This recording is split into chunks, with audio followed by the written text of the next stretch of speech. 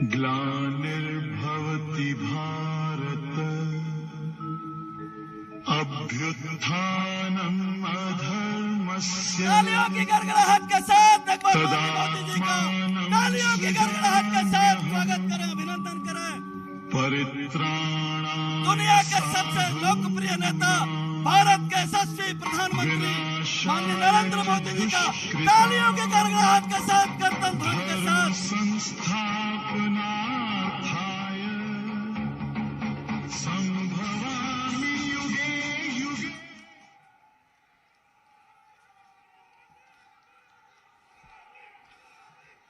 अब मैं सादर आमंत्रित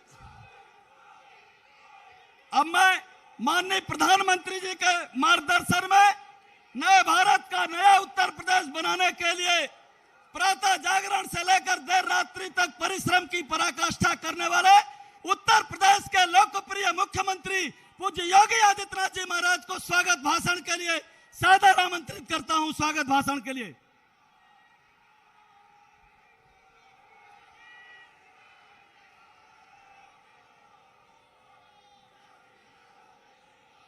भारत माता की, भारत माता की, भारत माता की। आदरणीय प्रधानमंत्री जी, बाबा दुग्धेश्वरनाथ किस पावन धरा ता देवरहा बाबा की इस पावन साधना स्थली पर आपके इस शुभ आगमन पर मैं देवरिया जनपद की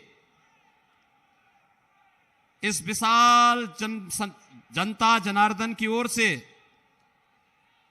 मंचस्थ अपने सभी माननीय सांसद,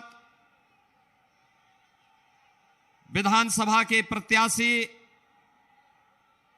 सहयोगी दलों के नेताओं की ओर से और इस विशाल जनता जनार्दन की ओर से आपका हृदय से स्वागत करता हूं, अभिनंदन करता हूं। देवरिया की यह धरा न केवल आध्यात्मिक और सांस्कृतिक दृष्टि से बल्कि देश की आजादी के दौरान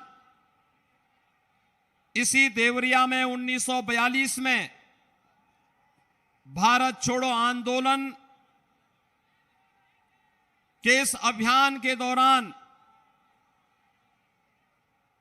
बलिदान हुए रामचंद्र विद्यार्थी और सोना सुनार की इस धरती पर अमृत महोत्सव वर्ष के अवसर पर मैं आपका हृदय से स्वागत करता हूं, अभिनंदन करता हूं।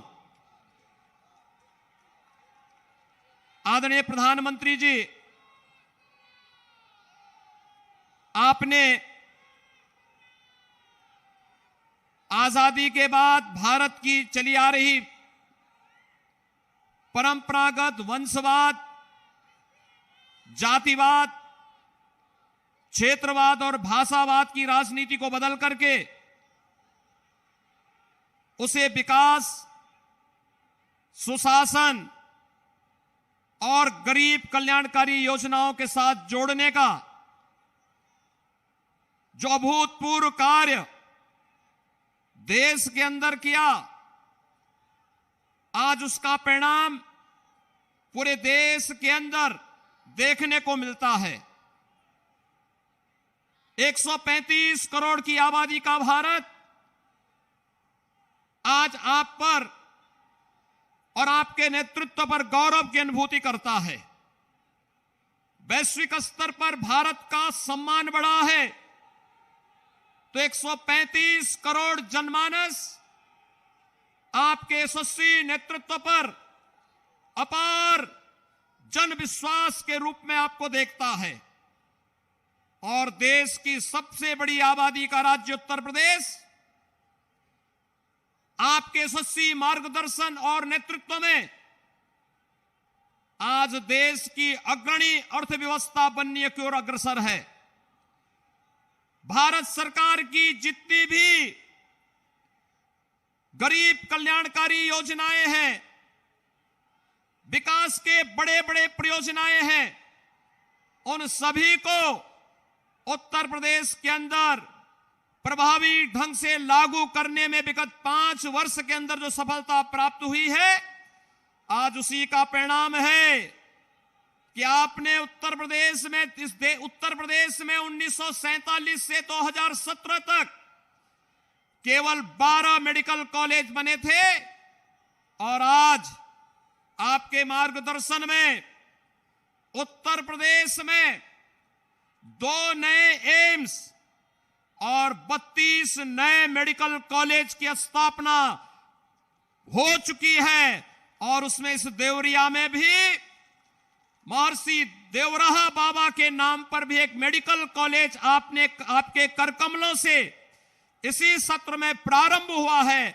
मैं इस धरती पर आपके आगमन के लिए हृदय से अभिनंदन करता हूं, स्वागत करता हूं। अब देवरिया जनपद वासियों को विशेषज्ञ स्वास्थ्य सुविधा के लिए और यहां के नौजवानों को मेडिकल की शिक्षा के लिए अब अन्यत्र नहीं जाना पड़ेगा, बल्कि देवरिया में ही वह सुविधा यहां के नागरिकों को प्राप्त होगी। इसके लिए आपका आभार व्यक्त करते हुए मैं आपका अभिनंदन करता हूं। महोदय, भारत सरकार की अन्नदाता किसानों के कल्याण से जुड़ी हुई योजना हो, गरीबों को आवास से जुड़ी हुई योजना हो और पूर्वी उत्तर प्रदेश बीमारी की इस वेदना को इससे ज्यादा कौन झेल सकता है, जिसने 4 दशक तक मस्तिष्क ज्वर की वेदना को झेला हो। हजारों बच्चे जिस इंसेफ्लाइटिस और मस्तिष्क ज्वर की चपेट में आकर के समय काल कलवित होते थे, पहली बार आजादी के बाद वो संवेदना देखने को मिली थी जब आपके नेतृत्व में स्वच्छ भारत अभियान में हर गरीब के घर में एक शौचालय देने का काम हुआ और जल जीवन मिशन के अंदर हर गरीब के घर में हर घर नल की योजना प्रभावी ढंग से लागू होती हुई दिखाई दी। आज उसका परिणाम है कि इंसेफ्लाइटिस से होने वाली मौत के आंकड़े 95% कम हो चुके हैं और जैसे कोरोना का बेहतरीन प्रबंधन आपके नेतृत्व में भारत ने किया है, उसी तर्ज पर इंसेफ्लाइटिस और अन्य विषाणु जनित और जल जनित बीमारियों का समाधान करने की दिशा में आज उत्तर प्रदेश आगे बढ़ा है। महोदय, मैं आपका अभिनंदन इस अवसर पर, इस चुनावी सभा के अवसर पर इसलिए भी करना चाहता हूं, एक अभिभावक के रूप में आपने पूरे देश को कोरोना जैसी महामारी में बचाने के लिए जिस प्रकार के प्रयास किए, पूरी दुनिया ने उसकी सराहना की। जीवन भी बचाया गया, जीविका को भी बचाया गया। पूर्वी उत्तर प्रदेश का कोई जनपद ऐसा नहीं जिस जनपद में 1 लाख से लेकर 1.5 लाख तक प्रवासी कामगार और श्रमिक सुरक्षित अपने घरों तक न पहुंचे हों और प्रत्येक व्यक्ति तक राशन की सुविधा, प्रत्येक व्यक्ति तक जनधन अकाउंट में पैसे की व्यवस्था, प्रत्येक पटरी व्यवसायी तक भरण पोषण के लिए धनराशि की व्यवस्था हो, या फिर उन्हें कोरोना कालखंड में प्रारंभिक महीनों में फ्री में रसोई गैस के सिलेंडर उपलब्ध कराने की व्यवस्था रही हो, ये सभी कार्य सफलतापूर्वक संपन्न हुए। और पहली बार लगा एक सामान्य बीमारी में तो कोई देखता नहीं था, महामारी के दौरान सरकार की संवेदना कैसे होती है, वह संवेदना देखने लायक थी। आज के इस अवसर पर जब हम लोग देवरिया की भूमि पर यहां पर आज भारतीय जनता पार्टी के प्रत्याशियों के समर्थन में आदरणीय प्रधानमंत्री जी का मार्गदर्शन प्राप्त करने के लिए आए हैं, भाइयों बहनों, आप भी इस बात को जानते हैं, क्या 5 साल पहले आपको बिजली मिलती थी? बिजली मिलती थी आपको? आज 2017 के बाद आपके यहां बिजली आ रही है।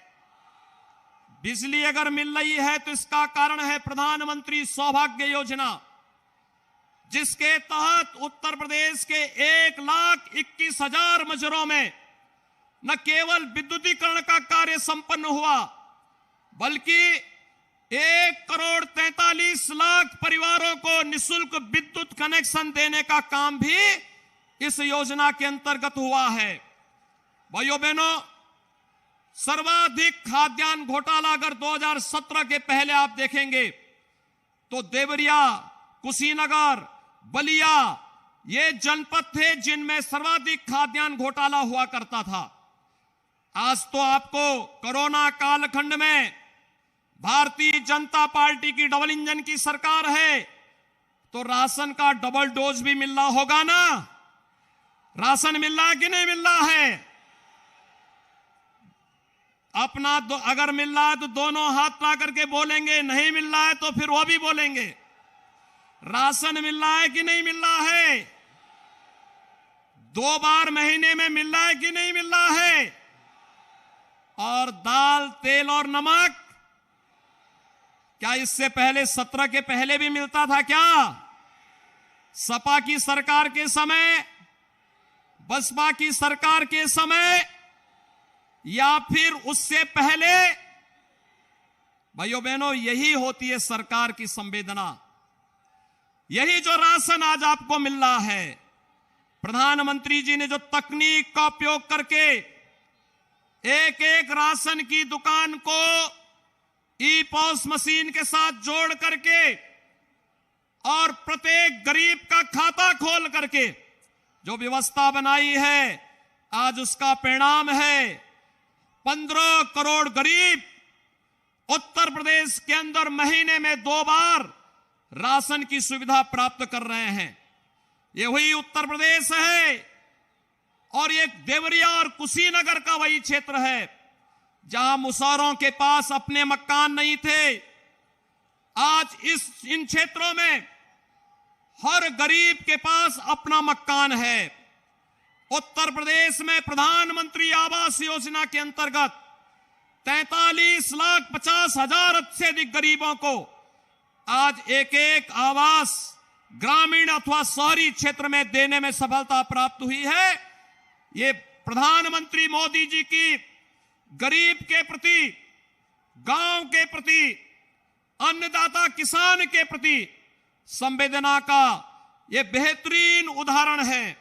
आज के इस अवसर पर भाइयों बहनों, जब उत्तर प्रदेश में 4 चरणों के चुनाव संपन्न हो चुके हैं और आज ही 5वें चरण का चुनाव चल रहा है, भाइयों बहनों, हम विश्वास के साथ कह सकते हैं उत्तर प्रदेश के अंदर सुरक्षा का जो बेहतरीन वातावरण हुआ और ये उत्तर प्रदेश का ये सुरक्षा का माहौल, एक तरफ एक्सप्रेसवे बनाने के लिए जहां हम लोगों ने बेहतरीन तरीके से बुलडोजर का उपयोग किया है, वहीं दूसरी ओर गरीबों का अन्न हड़पने वाले, गरीबों की जमीनों पर कब्जा करने वालों के खिलाफ भी इस बुलडोजर का जब बेहतरीन उपयोग हुआ है, तो आज बुलडोजर एक ब्रांड बन करके उभर करके सामने आ रहा है।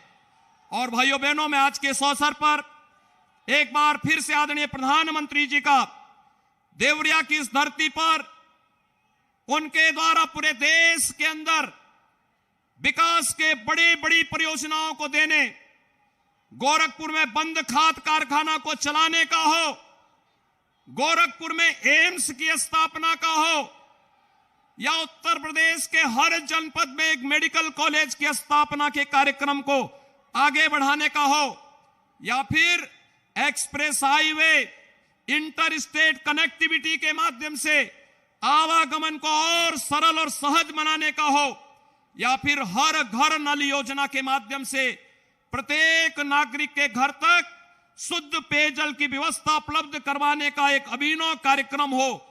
ये सभी कार्यक्रमों पर जन विश्वास का प्रतीक आज उत्तर प्रदेश विधानसभा का चुनाव होने जा रहा है। और भाइयों बहनों, उत्तर प्रदेश बदला है, उत्तर प्रदेश में फर्क साफ नजर आता है और उस फर्क को साफ नजर आने में 4 चरणों के चुनाव रुझान इस बात को सीधे सीधे इशारा करते हैं। आज के इस अवसर पर मैं एक बार फिर से यहां पर रुद्रपुर से श्री जयप्रकाश निषाद जी, पथरदेवा से सूर्य प्रताप शाही जी, देवरिया से श्री सलभमणि त्रिपाठी जी, रामपुर कारखाना से श्री सुरेंद्र चौरसिया जी, भाटपा रानी से श्री सभा कुंवर कुशवाहा जी, सलेमपुर सुरक्षित से श्रीमती विजय लक्ष्मी गौतम जी, बरस से श्री दीपक मिश्रा साका जी और चोरी चौरा से श्री श्रवण निषाद जी, ये भारतीय जनता पार्टी के प्रत्याशी हैं। आदरणीय प्रधानमंत्री जी का मार्गदर्शन हम सबको प्राप्त हो। कमल चुनाव चिन्ह के लिए हम सभी प्राण प्रण से जुड़ करके 3 मार्च को भारतीय जनता पार्टी के इन सभी प्रत्याशियों को भारी बहुमत से विजयी बना करके हम लोग उत्तर प्रदेश के अंदर एक दमदार सरकार बनाने में अपना योगदान दें। इस विश्वास के साथ एक बार फिर से मैं आदरणीय प्रधानमंत्री जी का देवरिया की धरती पर हृदय से स्वागत और अभिनंदन करते हुए उन्हें सादर आमंत्रित करता हूं कि आदरणीय प्रधानमंत्री जी, आप देवरिया की इस जनता जनार्दन को अपना मार्गदर्शन देने की कृपा करें। आदरणीय प्रधानमंत्री जी।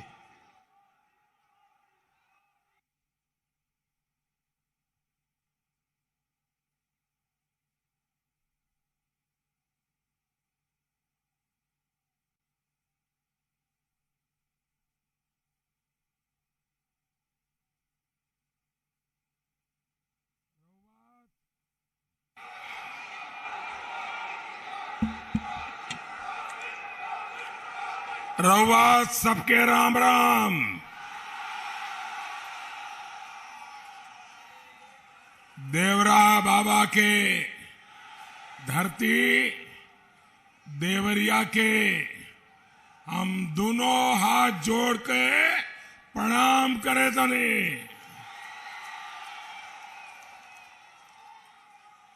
देवरिया की धरती पर देवरही माता तरकुलही देवी का अपार आशीर्वाद है। ये धरती महायोगी देवरहा बाबा की तपोस्थली और बाबा राघवदास जी की कर्मभूमि रही है। इस धरती पर महान क्रांतिकारी पंडित राम प्रसाद बिस्मिल की समाधि है। महान वीरों की इस धरती को मैं सर झुकाकर प्रणाम करता हूं।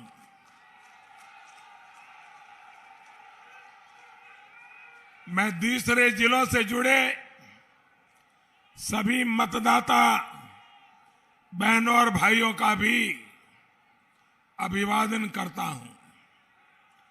साथियों, इन चुनावों में मुझे अनेक बार उत्तर प्रदेश आने का मौका मिला है।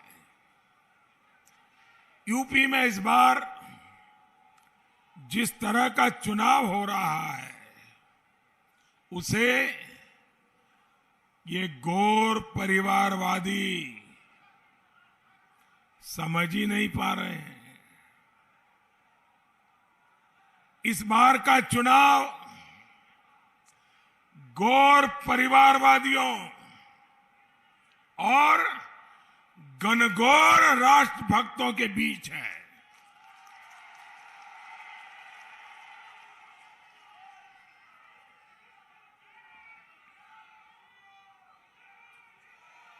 इस चुनाव में परिवारवादियों के खिलाफ दलित, शोषित, पीड़ित, वंचित सबके सब एकजुट है। इस चुनाव में परिवारवादियों के खिलाफ पिछड़ा वर्ग भी एकजुट है और सामान्य वर्ग ने भी उन्हें पटखनी देने की ठान ली है। इन परिवारवादियों ने अपने 5 साल में गरीबों पर जितना अत्याचार किया वो मेरे गरीब भाई बहन उसे कभी भूल नहीं सकते। और इसलिए आज 5वें चरण में भी भाजपा को और उसके सहयोगी दलों को, अपना दल हो, निषाद पार्टी हो, एनडीए को जमकर वोट मिल रहे हैं। और हर तरफ एक ही गूंज है, आएगी तो भाजपा ही, आएंगे तो योगी ही। भाइयों और बहनों, इन गौर परिवारवादियों ने सिर्फ और सिर्फ अपनी जरूरतों पर ध्यान दिया, आपको हमेशा हाशिए पर रखा। देवरिया के लोगों को याद है कि घर में कोई बीमार पड़े तो आधी रात को कैसे जीप लेकर गोरखपुर भागना पड़ता था। दशकों से ऐसा हो रहा था, लेकिन पहले की सरकारों ने आपकी जरूरत पर ध्यान ही नहीं दिया। गोरखपुर, देवरिया और आसपास के क्षेत्र में दिमागी बुखार से कितने ही मासूम बच्चों को दुखद मृत्यु हो जाती थी। लेकिन इस स्थिति को सुधारने के लिए इन परिवारवादियों ने कुछ नहीं किया। ये योगी जी की सरकार का ही प्रयास है कि इस क्षेत्र में दिमागी बुखार काबू में आया है और ज्यादा से ज्यादा बच्चों का जीवन बच रहा है।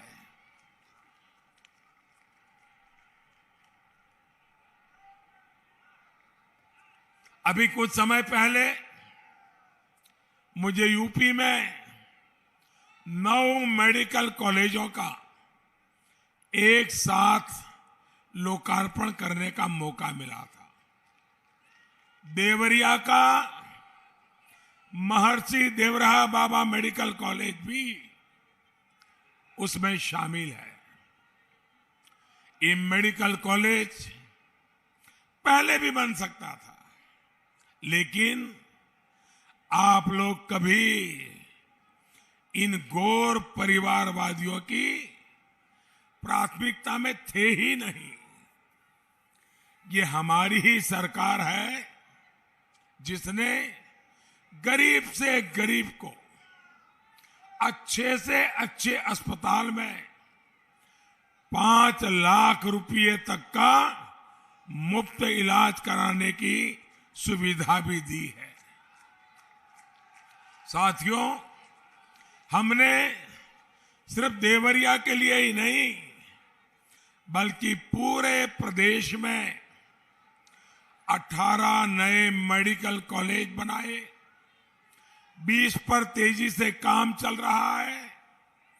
गोरखपुर में बने एम्स से आपको 2 गुनी राहत मिली है। हमारी कोशिश ये भी है कि गरीब का बेटा बेटी अपनी भाषा में, वो अपनी भाषा में ही मेडिकल और इंजीनियरिंग की पढ़ाई करे।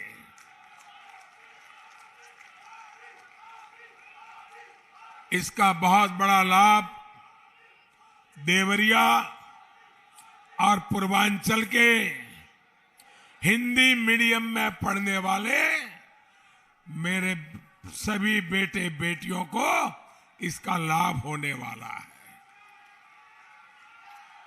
साथियों, पिछले 2 साल से पूरी दुनिया ऐसी महामारी का सामना कर रही है, 100 साल में कभी न ऐसी महामारी किसी ने देखी, न ऐसी महामारी के लिए किसी ने सोचा।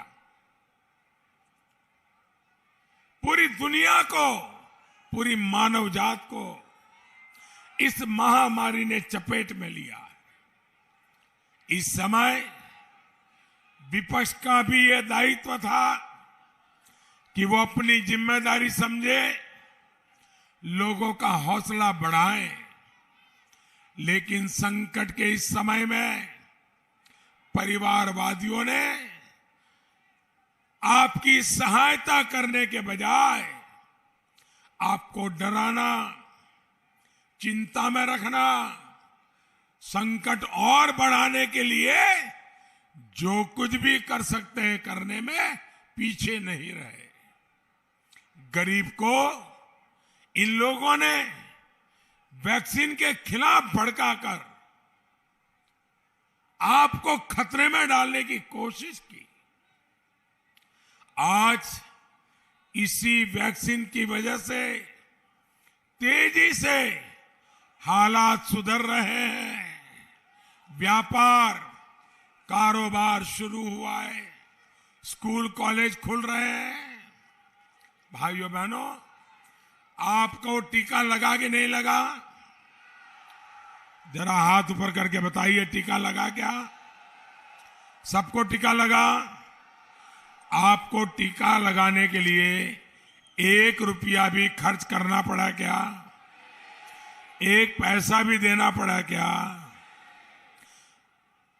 भाइयों बहनों, महामारी के दौरान जब देश गरीबों के चिल्ले की, उनके चूल्हे की चिंता कर रहा था, तो इन परिवारवादियों को अपने वोट की चिंता सता रही थी। ये डबल इंजन की सरकार है जो यूपी के 9 करोड़ से अधिक पिछड़ों को, 3 करोड़ दलित भाई बहनों को और सामान्य वर्ग के 3 करोड़ परिवारों को मुफ्त राशन दे रही है। 15 करोड़ परिवारों को मुश्किल में समय में अपना ही साथ देता है। जो पराया होता है वो इन गौर परिवारवादियों की तरह घर में बैठ जाता है। भाइयों और बहनों, देवरिया समेत इस क्षेत्र की पहचान गन्ना उत्पादन से है।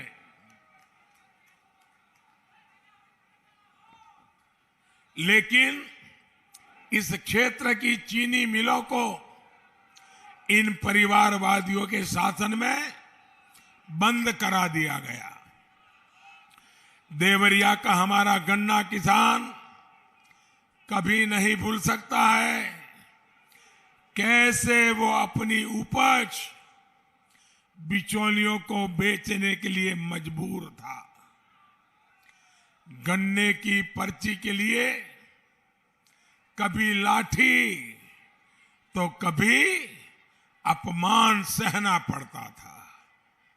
पर्ची मिल भी गई, उसके भुगतान के लिए इंतजार करना पड़ता था। कई महीनों, कई सालों के बाद अगर भुगतान हुआ भी तो वो भी किस्तों में किया जाता था। ऐसे ही हाल में आप घर के खर्चे निकालते थे, कर्जा लेकर बच्चों को पढ़ाते थे, बेटियों की शादी करते थे। अगर आपके जीवन की इन दिक्कतों का उन्हें एहसास भी होता तो वो हालात सुधारते, लेकिन उन्होंने चीनी मिलों को लूटकर पैसा कमा लिया और आपको अपने हाल पर छोड़ दिया। साथियों, योगी जी की सरकार में नई चीनी मिलें खोली जा रही है, चीनी मिलों की आर्थिक हालत सुधारी जा रही है, गन्ना किसानों की आय बढ़े इसके लिए इथेनॉल ब्लेंडिंग का काम भी तेजी से बढ़ाया जा रहा है। पिछले 5 साल में करोड़ों लीटर इथेनॉल यूपी से खरीदा गया है। इससे यूपी को 12,000 करोड़ रुपए से ज्यादा यूपी को मिले हैं। आज गन्ने की पर्ची हो या गन्ने का भुगतान, ये सब आसानी से किसानों को मिल रहा है। पिछले 5 साल में योगी जी की सरकार ने गन्ना किसानों का 1,60,000 करोड़ रुपए भुगतान किया है। इसमें परिवारवादियों का समय का जो बकाया था वो भी योगी जी में उनको वो कर चुकाना पड़ा। साथियों, हमारी सरकार कैसे आपकी चिंता करती है उसका एक उदाहरण गोरखपुर का नया फर्टिलाइजर प्लांट भी है।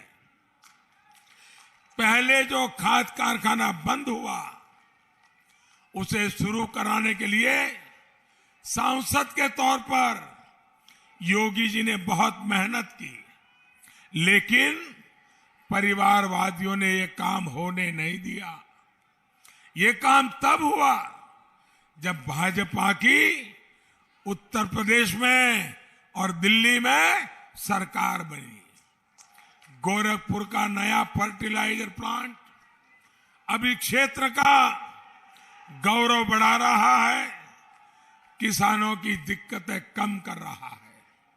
साथियों, परिवारवादियों के राज में इस क्षेत्र में अवैध कब्जों की भी बाढ़ आ गई थी। हमारी सरकार पानी की बाढ़ और अवैध कब्जे की बाढ़ दोनों को रोकने का काम कर रही है। भाजपा सरकार अब ऐसी व्यवस्था बना रही है कि कोई अपराधी किसी गरीब के घर की तरफ आंख उठाकर नहीं देख पाए।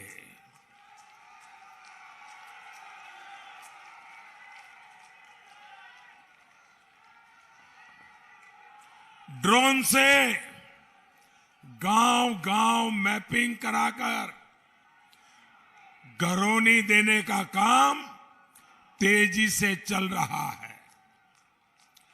जिसको भी घरौनी मिल रही है, प्रॉपर्टी का कार्ड मिल रहा है, उसके लिए बैंकों से मदद मिलना भी आसान हो रहा है। साथियों, गरीब, पीड़ित, शोषित, वंचित की ताकत क्या होती है, इतिहास इसका साक्षी रहा है। गरीब इतिहास में कितनी बड़ी भूमिका अदा करता है, वो जरा हमारे पुरातन बातों को देखेंगे तो पता चलेगा। अब देखिए, भगवान श्री कृष्ण ने जब गोवर्धन पर्वत उठाया तो उसमें गांव के हर वर्ग की वो अपनी लाठी लेके खड़ा हो गया और शक्ति शामिल थी।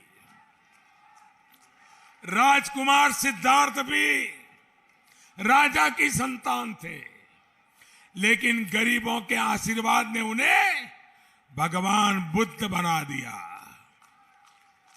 देवरिया की धरती तो भगवान राम से जुड़ी है। अयोध्या के राजकुमार राम धरती के मर्यादा पुरुषोत्तम राम तब बने जब उन्हें मित्र निषाद राज का साथ मिला, जब उन्होंने सबरी के झूठे बैर खाए, जब उन्हें माता अहिल्या का आशीर्वाद मिला, जब उन्होंने वनवासी साथियों की सेना को साथ लिया।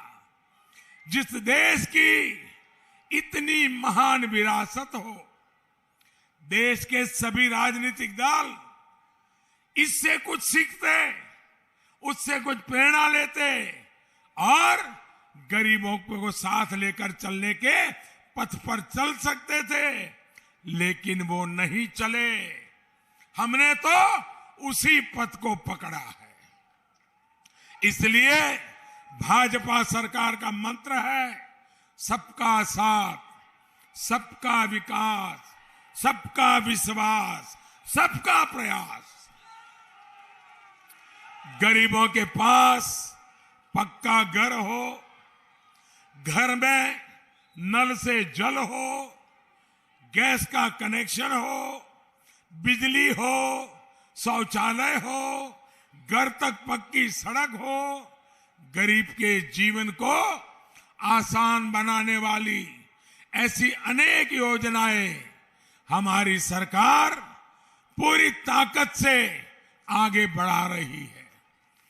जाति धर्म से ऊपर उठकर बढ़ाया है सम्मान, सबसे पहले गरीब कल्याण, यही हमारी प्राथमिकता रही है। भाइयों बहनों, आपका एक एक वोट आपका जीवन आसान बनाएगा, आपका भविष्य सुरक्षित करेगा। इसलिए इस चुनाव में एक बार फिर भाजपा को जिताना है, अपना दल को जिताना है, निषाद पार्टी को जिताना है। भाइयों बहनों, मेरा एक काम करोगे? जरा हाथ ऊपर करके मुझे पूरी ताकत से बताइए, मेरा एक काम करोगे? आप भी करोगे? आप भी करोगे? मेरा काम करोगे? पक्का करोगे? एक काम जरूर कीजिए, 3 तारीख के पहले घर घर जाइए और हर घर जाकर के मोदी जी के प्रणाम पहुंचाइए। करेंगे? घर जाकर के बताना मोदी जी ने आपको प्रणाम भिजवाया है। करेंगे? घर घर जाएंगे, मतदाताओं को मिलेंगे, एनडीए को जिताने की बात करेंगे, भाजपा को जिताने की बात करेंगे, अपना दल को जिताने की बात करेंगे, निषाद पार्टी को जिताने की बात करेंगे।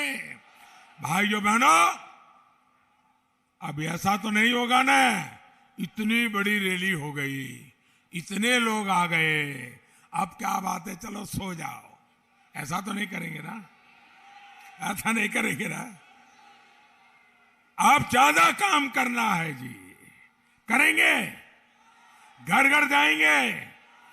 बस हमारा एक ही मंत्र चाहिए, पहले मतदान फिर जलपान, इसे न भूलिएगा।